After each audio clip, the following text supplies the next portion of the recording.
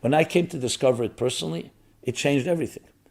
Because whatever skills I had, and I discovered them, and I actually was passionate to discover because I wanted to actually use them in some positive way, whether it's writing or communicating or speaking, which is what I do, and all the different skills that I have that are unique to me, and you have your skills that are unique to you. Many can be overlapping. It changed my entire life because it wasn't just, okay, what am I going to write? Based on the why. So it seems like a basic fundamental axiom that a why precedes a what, which means first you need why am I doing something before I do it. And yet, life is such, due to the fact that we grow up in homes and we have a certain education system and social pressure, whatever the reasons are, that often we're doing things and then we stop ourselves and say, 1 second, why am I doing this? When really it should begin the other way around. The why should precede the what. What do they say? Form follows function. You don't first create a design till you first understand the function, the purpose of what you want to create, and then you create the package, the design, the way to distribute it. So that's what we want to speak about. Why?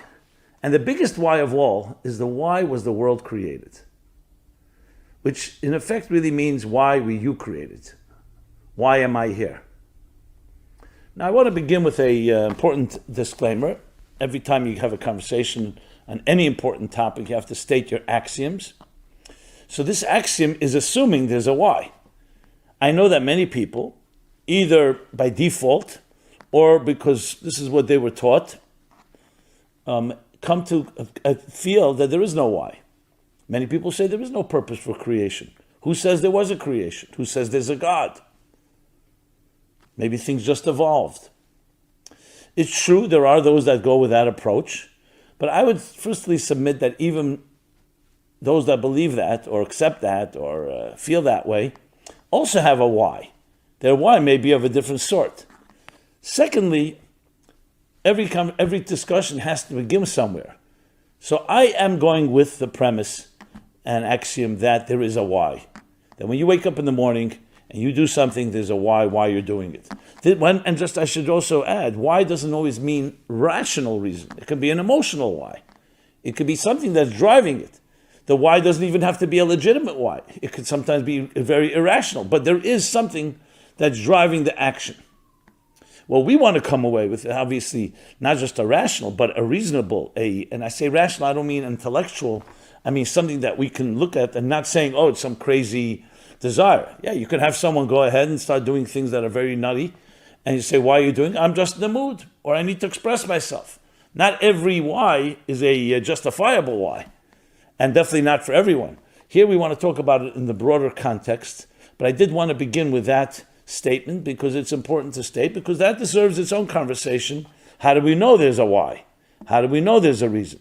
Now, even evolutionary biologists will say the reason is survival of the fittest, or perpetuation of the species. That's what drives existence. That's the why. If you ask them, why is there such a why? They'll say, because that's the natural thing. Everything wants to exist. Now, that is also, you can argue, who says? Why shouldn't maybe things can go extinct? Who says something? Why is it a given that there's a selfish gene that we must exist? But as I said, I don't want to digress. I want to go back and focus here. Why was the world created? Why am I here? What's the purpose of it all? So then we can go ahead and say, okay, based on that, essentially we can now develop a plan. I often point out that you ask someone, who are you? They give you their business card, or they tell you what they do. You say, but that's what you do. It's not who you are. And some will say, well, you know what? After all these years, what I do has become who I am. Which is like saying my what has defined my why. When in truth, it should be the other way around. So this is all part of this conversation. Another way of putting it in more business terms, a mission statement precedes the corporation, the company, the entity, the organization. The mission is the why. So the why must always precede the what for things to really flow, and most importantly, to really fulfill the very purpose of the why. And that's what we are going to be in discussing. And I would love to hear your feedback and thoughts and so on, as always. So, Where do we begin? We begin from the beginning. The why of it all. I should also add, this is not a religious sermon. This is not a religious presentation. This is a presentation based on the idea that everything has to have a why. Now, in the context of why we are here, you can read many, many books, many philosophies, many schools of thought that spell it out. I'm going to share with you, instead of going through all of them and comparing, rather share with you what I grew up with, my tradition, but it's not it's a universal tradition, and what resonates with myself and with so many other people that I've met, either on their own or due to my teachings and their relationship with me. But it's not my exclusive creations. It's something that is stated in many documents and many literature that goes back thousands of years. It goes back even to the story of Abraham and all the way to the beginning, exactly the beginning of creation, the beginning of Genesis. In the beginning, it says God created heaven and earth. Again, with God, I want to make sure we're talking about God. Like I usually like to use the story with Rabbi Yitzchak Barditchev, who said to a self-proclaimed atheist, the God you don't believe in, I don't believe in either. So even with the word God, let's not assume any type of religious God or any type of man sitting on a heavenly throne with a long white beard ready to strike us with lightning when we misbehave. I ask you to try to remove all the stereotypes. If you want to use, I like to use the word higher reality. But think of it like an engineer. You see a computer, someone built that computer for a purpose. There's a why. And then there's the what, how you use the computer, what you do with it in order to fulfill the purpose of that machine. And the same is true with any enterprise and any product and any technology and anything. So the most beautiful way I've ever seen described the purpose of why we're here is in order for each one of us to actualize all our faculties and our talents and skills to make the corner of the world that we were given a more beautiful place. It sounds very poetic and simple, but think about it. Many of us live lives, as I said before, the what precedes the why. Survival. I wake up in the morning, I'm hungry, I got to eat. I'm tired, I go to sleep. I need money, I go to work. And that's how life, that's called survival-driven life. Purpose-driven life, a mission-driven life, a why-driven life, not a what-driven life, asks the question, why? Why am I eating? Why am I drinking? Not just because I'm hungry and I need to survive, because it's an opportunity. Use that, remember that word, spiritual opportunity to refine and beautify the experience that I have now encountered. Now, when I say the word spiritualize, let me explain what I mean. If we're to look at the world as matter and energy, as is so described in physics, there's a way the Kabbalists, the mystics put it. They say energy and container. Or you can say spirit and matter. These are all really synonymous in the context. We're not talking physics here, we're talking the general context. What is the difference between the two? So we'll use an example. Take a book, just a plain book. You have letters on the page. The letters form words. The words form sentences, phrases, paragraphs, chapters. And you have a story, a narrative, whatever that narrative may be. The letters and the words are the containers. They're the matter that expresses the energy of the ideas and concepts being conveyed through them. It would be like shining a light through a film. So just white light would just be plain white light on a screen. The letters, the film, channel that light, so now you see images, or words, or letters, or whatever it may be. You think about life that way, it's a tremendous way of understanding yourself and everything. Your body and your soul. Your body is your vehicle. Your soul is the so-called the captain of the ship, directing your body. Everything is that way. In a way, you can say that spirit driving matter is like the why driving the what. Like I need to get somewhere right now because I need to purchase something for my home. So now that's the why. Now what's the what? How am I going to get it? You can order it online. You can go to the store. You can have it shipped. I mean, there's all the different ways to do it. So in the context of the broader context of our personal lives, so you ask yourself, okay, what drives my life? Now, if you go with the selfish gene approach that I mentioned earlier, then basically whatever I need right now, It's all instant gratification, short term. I need to survive. Yes, I also want to grow. I want to make some money. I want luxuries. I want comforts. But it's still all driven by survival. It's just not the minimal survival. You want an expanded survival. When you go with a why, I'm here to serve, to use my unique self. And we're going to talk about that in a moment some more.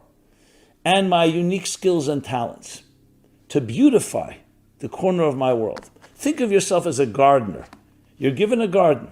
The garden, if it's not tended to, will grow weeds, and the flowers and the fruits and whatever else is in the garden will not really properly ever develop.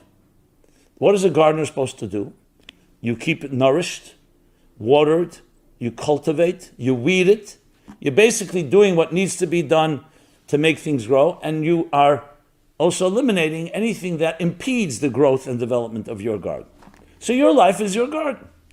It includes your home, your work, your travel, everyone you know. Are you beautifying your garden or are you not? Now I know it sounds very simple because someone will say, 1 second, there are things I do that beautify, some things I do that don't. But the key is the focus. Once you have that in your mind, teach our children from the youngest of age, you're here to beautify the corner of your world. It changes everything. That doesn't mean we don't survive. It doesn't mean we don't take care of our needs, but we see life not just based on needs and survival. There's a transcendent element. And of course, the key point is I'm here to do something. Not just I'm here to receive and things be done for me. I'm here to serve. I'm here to give. I'm here to illuminate, to warm my environment. Imagine every time you meet someone, and it's not something you program yourself or force yourself, but just out of love. Every time you meet someone, you feel, I want to make sure that after we meet, that the person feels better than when before I met that person. And if you just have that naturally, you are fulfilling the why. In the terms of the actual original sources, the expression is that the creator or the engineer, the cosmic engineer, or the cosmic conductor of this symphony desired to have a home, a dwelling place, a comfortable place in this material world. That though the material world on its own is a hostile, selfish, and therefore possibly corrupt, and not just possibly, but actually corrupt, with different competing interests, hopefully negotiating, but sometimes not. So it can lead to battle and war. Yes, survival of the fittest, in a hostile, dark world like that, to bring light, to make it into a comfortable home, a garden. I think that is a pretty worthy cause. Not that my thinking here matters, but it just resonates. It's beautiful to hear. When I came to discover it personally, it changed everything. Because whatever skills I had, and I discovered them, and I actually was passionate to discover because I wanted to actually use them in some positive way, whether it's writing or communicating or speaking, which is what I do, and all the different skills that I have that are unique to me, and you have your skills that are unique to you. Many can be overlapping. It changed my entire life because it wasn't just, okay, what am I going to write? Based on the why.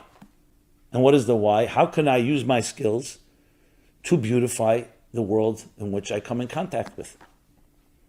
To improve it, to refine it, to clarify, to elevate it.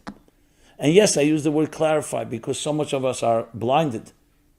I remember once a couple were dating, came to my class, was coming to my class on an ongoing basis. Then after one of the classes, they both came over to me, and the woman says to me, maybe you can convince my boyfriend to finally let's get married. We're dating for a long time, we love each other, why not get married? He just doesn't want to. Anyway, long story short, I said, maybe we sit down for a coffee, let's talk.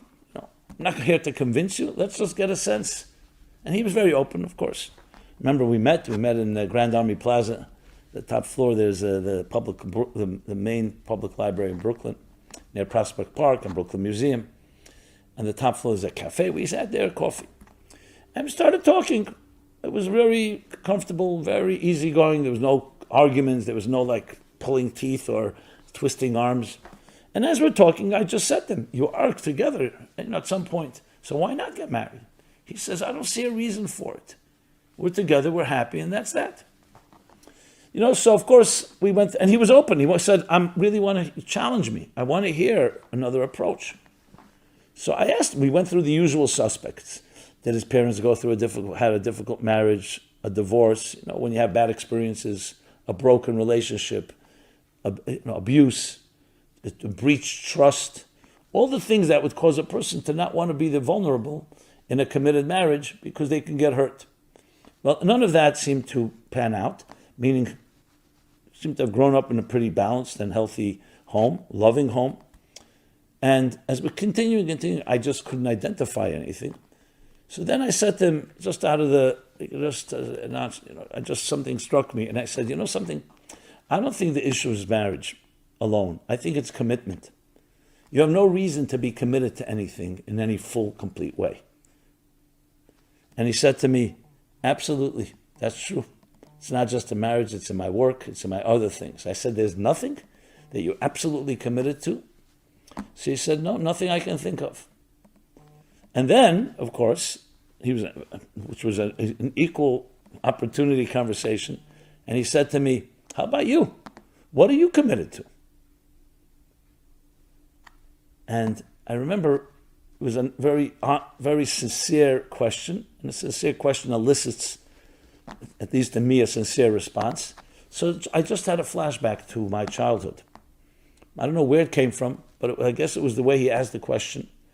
And I said to him, I'll tell you something very interesting, but also quirky. I never shared this with anyone.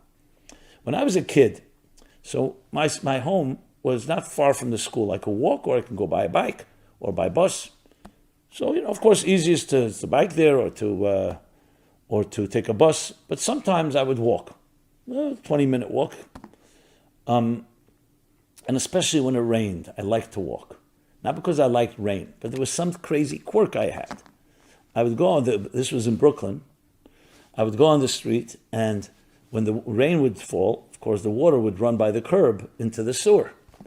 And I had this thing that I would like to go over and just clean out some of the dust or shrubs or twigs that would block the flow of the water so it can run smoothly into the sewer. Now, it had no benefit to anyone, even to the water. But I just had this feeling, this need. I'd like to unclog something and just see it flow smoother. Maybe some of you have this too.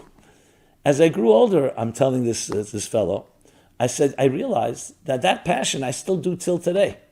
I just don't do it on the curbs. I do it psychologically. I have a deep commitment and passion to what? To help unclog blocked arteries. And I mean arteries, not physical ones, but psychological and emotional ones. That when someone speaks to me, I just have a tremendous passion, and I see something blocking, either a blind spot or something they're not noticing, something I'm noticing, to provide the clarity, to open up a blocked channel. Now, I must say to you, what happened next was he began to cry. And I also shed a tear. He said, that's so moving. I would love to have something like that in my life. So the conversation ensued. Again, long story short, nothing happened that day, but it planted a seed. Within 6 months, they were married. I'm not trying to share a conquest or a victory here. It was just something clicked, and he realized that he needs to find something to commit to. And it wasn't just marriage, it was life. And basically, this is a commitment to a mission. And it drives you because there's a why. The why is, I'm looking to beautify, to perfect, or unclog, and weed the garden so that things should grow well. There's something about it. Bringing children into the world has that element. You're bringing new life, new energy. The children are unique. Every child has its own unique personality. Being an educator has this element. And I will say, any industry you're in, you can transform it into that type of approach. Because even if it's menial work in your mind, menial labor, something like doesn't sound like you're really helping anyone, but you have co-workers, you have employees, you have employers, you have clients, you have strangers you meet. Whoever you meet, wherever you go, whatever you're encountering, can be turned into such an opportunity. So why was the world created? The world was created, to use the words of the Mishnah and the Talmud that says, because of you. a person is responsible to say the entire world was created because of me. But what does that mean, because of me? Not for selfish reasons, because you have something to contribute that you and only you can contribute. Now think of it that way. So even preceding the why, we said the why precedes the what, but you know what precedes the why? The very fact that you exist. The very fact that you are here. Yes, you can take the approach, it's random and accident, and who cares, you're only one of 8 billion people. Or you could take the approach of a purpose-driven, a mission-driven, a why-driven. No, you're here because you have something to contribute and to beautify that no one but you can do. Period. That's it. That's a given. It's a given to the point that there was no argument, there's no second option. When you feel that deep in your heart and soul, you have a why, because now the why is you need to do something with your life. And I'm not here to criticize or saying that you're not, and anyone, we all can do more, I include myself, but we all need to be accountable. We also need to have introspection, be honest with ourselves.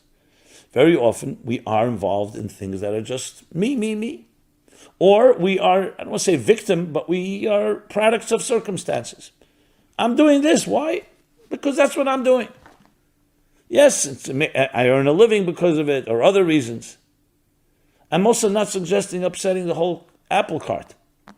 But it's critical to start being a why thinker instead of a what thinker. It will change everything about your life, everything you do. Because it will go in the right order. And you begin slowly. I always suggest in the morning that we should say that morning chant or prayer or meditation, thank you for returning my soul to me. You know what that includes? First of all, it's gratitude for life, for your life. Thank you for making me indispensable. Thank you for renewing my contract. Thank you for allowing me the opportunity to be here in this world and make it a more beautiful place. Thank you for the opportunity to be a gardener, to be part of the solution, not part of the problem. I mean, the thank yous can go on and on. To be an illuminator, someone that warms and illuminates their environment and everyone they come in contact with. Say that every morning, but with intention. It doesn't have to take long. You state it. You're stating your mission. You're stating the why. And that why, yes, is why the world was created. But remember, every one of us is a small world, a microcosm. So it's why you were created, why you're here. And the very world is also here for you to do what you have to do. Now you'll say, what about other people? Well, they have exactly the same attitude. They too have to do something unique with their skills. And your beautifying the world is not a contradiction to someone else's. On the contrary, we join together, the synergy makes it even more beautiful. Because then you see, oh, this is the part I do. I do it through my skills. Someone else through through other type of skills. This one has these opportunities. That one knows these people, places, all the different aspects and so-called coordinates of our lives, each in their own way, are now all being directed toward this beautiful thing. The beautiful mission, the why, of making the world a garden, a divine home, a spiritual environment. Now, if it's so simple, why do we have war? Why do we have acrimony? Why do we have so many battles and hostilities? And the answer is that's part of the purpose as well. To use the great Arizal, the 16th century mystic, the concept of tzimtzum that I've shared many times in this platform. The tzimtzum, the concealment. That all this is concealed from us initially. You wake up in the morning, you can easily just indulge in whatever you need and not say or express gratitude and appreciate the why. We go right into the what. That's due to a concealment because it's also part of the goal. If the garden was just there for us to just do minimal work, what would be our purpose? The purpose is because we have to overcome a great obstacle, and that is a deep concealment, the hiding of the purpose. The why is concealed in the what. So we see the what. We see a world around us. We see our lives. We see the needs we have. We feel them. Sight, sound, taste, touch, and smell all deal with the what. So part of the mission is to overcome that and be a wise person, to look within, to understand what is making things tick, the why behind it all. That's also part of the purpose. And that's what makes it both very dramatic, but also can be very challenging, because sometimes that concealment is very deep and painful. People hurt each other, not recognizing that we're all one of one larger organism. We're all part of one greater plant. We're all one garden. The fact there are many different types of trees doesn't weaken the garden. That, on the contrary, that diversity makes it even more beautiful. So diversity can lead to greater harmony.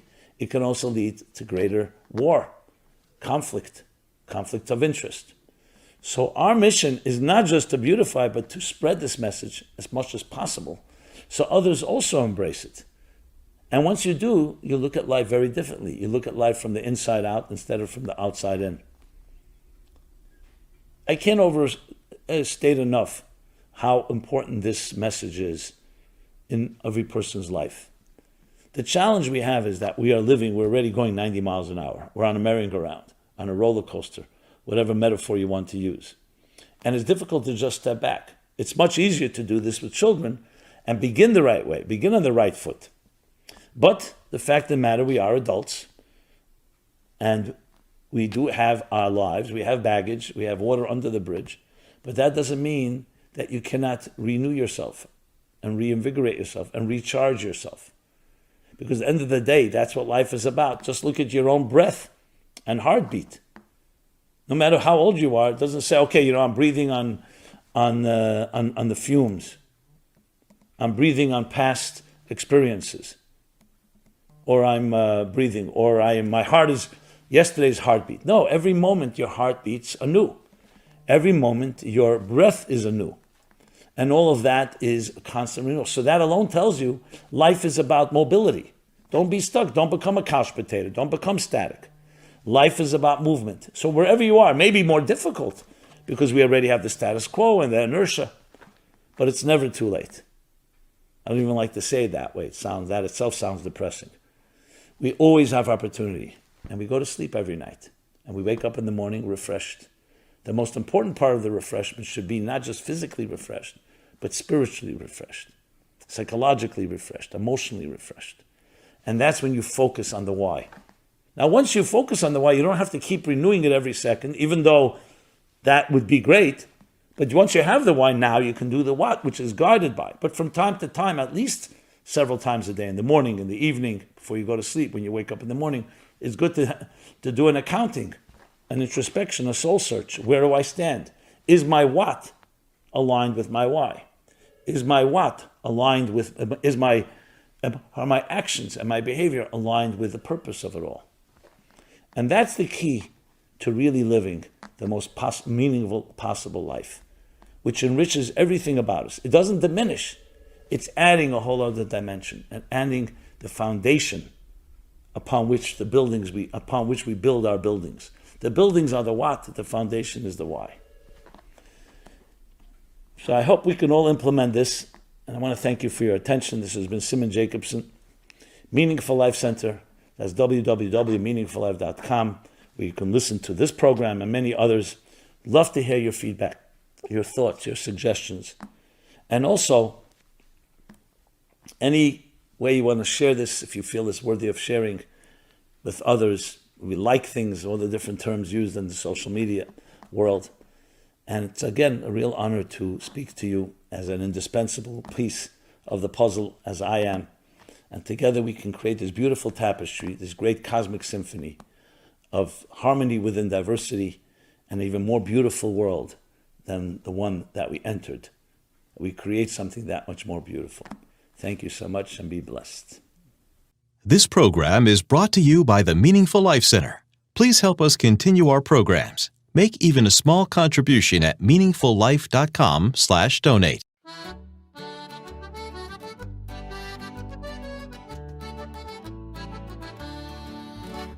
Scattamo stanotte, viri come balla, sutta e fanali chi si scidica.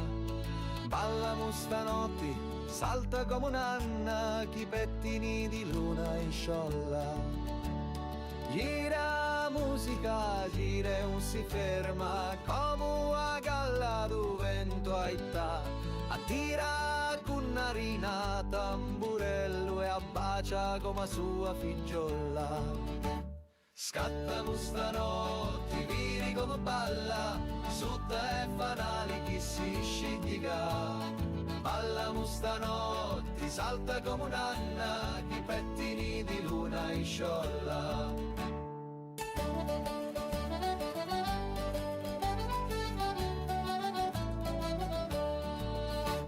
Sinni e tunu, i voti si danno, tu na poco gli peputia. Sin da fettuno, i cappotti russi e si ricordano da notte buona. Scattamo stanotte, vini come balla, su te fanali chi si scidica. Ballamo stanotte, salta come un'anna, chi pettini di luna in sciolla.